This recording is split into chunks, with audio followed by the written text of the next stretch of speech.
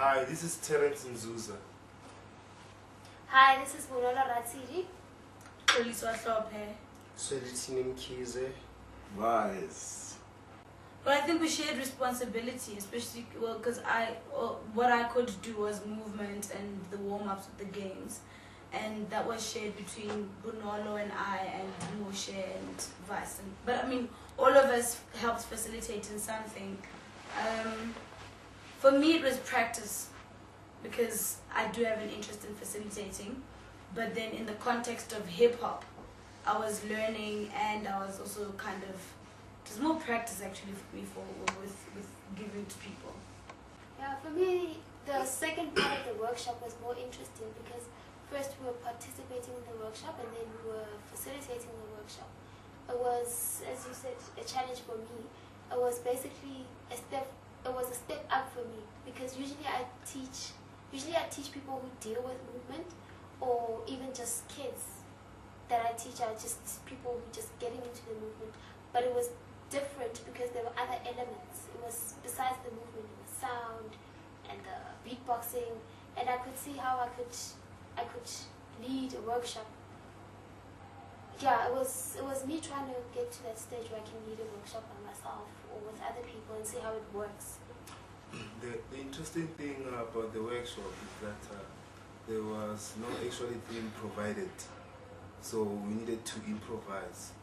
And through that process, we get to learn from exchanging ideas with the people that we're interacting with.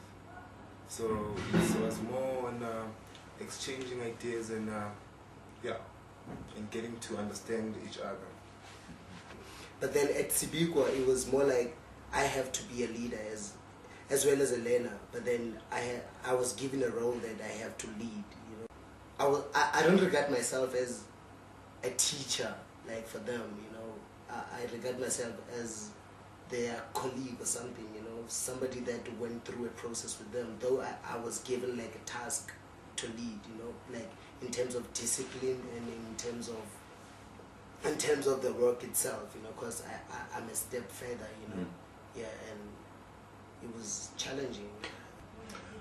Yeah, I would say that since we were the first group to be given the opportunity to study or to be instructed about hip-hop theater, it was a great chance for us to have to teach other people at Sibiko. So the expectations for us are that's what do we do about what we've learned now. I would propose, like, speaking for yourself. I'm proposing to everyone here, but what do we do about what we've learned? How do we continue? No, it's a good question. How do we continue with, you know, teaching other people? The next steps. Yeah. Because even at Sibikwa, there were the people that we facilitated were even asking, how can we go forward? Is this just going to be it? Or because I mean, the work was important what we did. Yeah. So they want to continue as well. Like working together, that's what it's taught me, you know, like unity. I think as far as youth and change and this medium goes, I think there's space for this here. I mean, I've been reading about this for a long time. Hip-hop theater, internet, hip-hop theater. But it's never been, I've always seen it as something from outside. So now this gave me a chance to see from how I can let it out, how I can use it as a medium for me. And I think it's relevant to South Africa and our youth, what they're going through now. Because they are relating to hip-hop, we are relating to hip-hop. Hip-hop is ours, and that's what makes hip-hop hip-hop, because it goes across all margins, everything. So if you tell a story through hip-hop, it's still the same story, it's just a medium that you can use, and I think it's about that time. People like me, people that are from like guys, the townships, yeah, they're not that well informed about what's going on. They don't know what their life is hip hop, you understand? So the whole workshop has helped me, and I think you also, that we find a way, like, you know, to like educate people in the township, you know, so that they can be, you know what I'm saying, like, because they need to know the information. It's important for them, you know what I'm saying. I don't know. For me, it was empowering at another level, at a completely different level. I mean, I understand, it was hip hop and this, but for me, it was just human, and that's more important to me, I suppose, than all the names we give to things. Yeah, it was human. It was an encounter with a human experience, with other people's thoughts about themselves, about the spaces within which they find themselves. And from the whole experience, I felt enlarged, by the end of the whole thing. I was a little more inspired to go out there and just live and just create, and do things. And for me, that's the value I give to the whole workshop.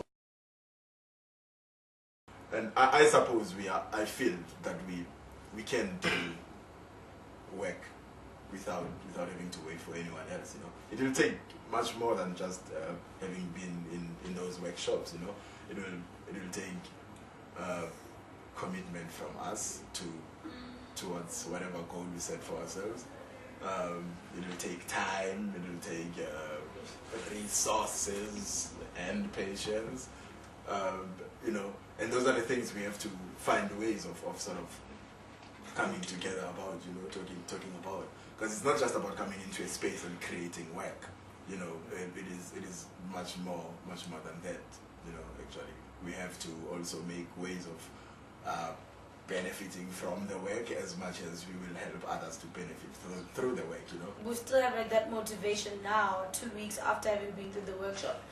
We still have to carry that kind of that feeling with us for the next 3 months, and after that 3 months to be able to carry it on and on and on, so that we're able to still continue producing. Do you know what I'm saying? Because if Daniel has come here and he's done this workshop with us, and we're all feeling positive about it, and then 2 months down the line, some of us still haven't done anything about it, we all forget about it, then it's like, what was the point? What we can do as young people, I mean, you know your stuff, you know how it is, you know your kids, and you know your writing. I know my stuff, he knows his stuff. When you know your stuff as a collective, when you bring it to the table, to people, you've got the power, you know what I mean? You've got the power to say, no, I will not be ripped off like this.